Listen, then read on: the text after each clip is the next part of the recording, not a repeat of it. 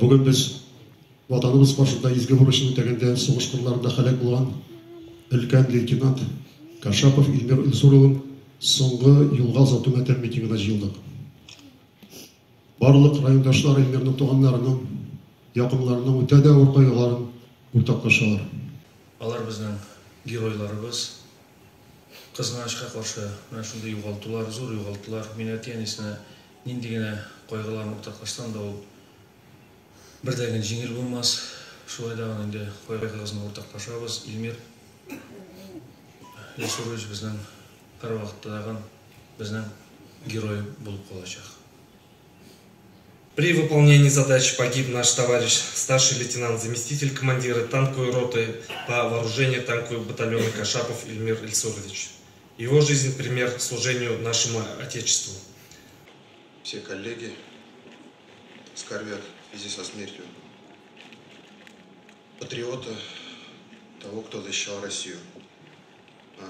Илсур Шарипович, вы сделали много для спорта, для Татарстана, для России, но и в том числе вырастили прекрасного сына. Мы долго будем помнить и чтить эту память.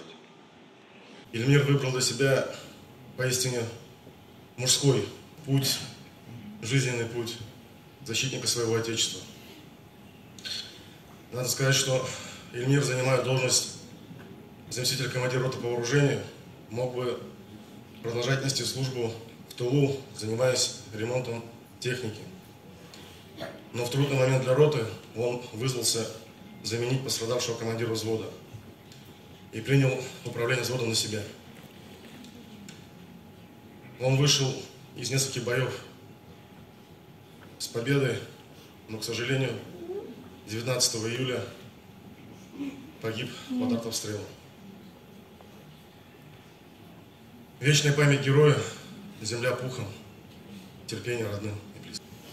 Илмирнең шушылай геройларча ил өчен һәлак булуы, сезнең шушылай батыр ул өстерегез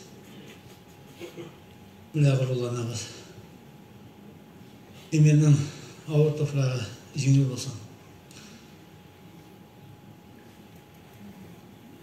Шәһид киткән җегетләрнең урыны үзмәк турындагылар диләр. Без бүгін жұма күн бинадан соң тагын бер кат Илмир рухына дуа кылабыз. Безнең укучыбыз Кашапов Илмирне соңгы еллар озатырга җыенды. Ул безнең өчен Илмир Илсурович түгел, һаман да шул Илмир булып кала. Бөтен мәктәп коллективы исеменнән, бөтен укучылар, укытучылар исеменнән Илмирнең әтиәнисенең, туганнарының, якыннарының, дусларының, классташларының кайгыларын уртаклашабыз.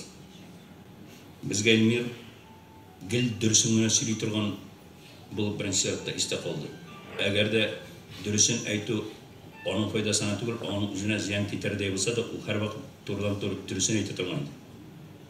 Тагын Илмир бик дустана мөнәсәбәттә иде. Ул укытучылары һәрвакыт ихтирам белән карады. Классташлары һәм иптәшләре белән һәрвакыт дус булды.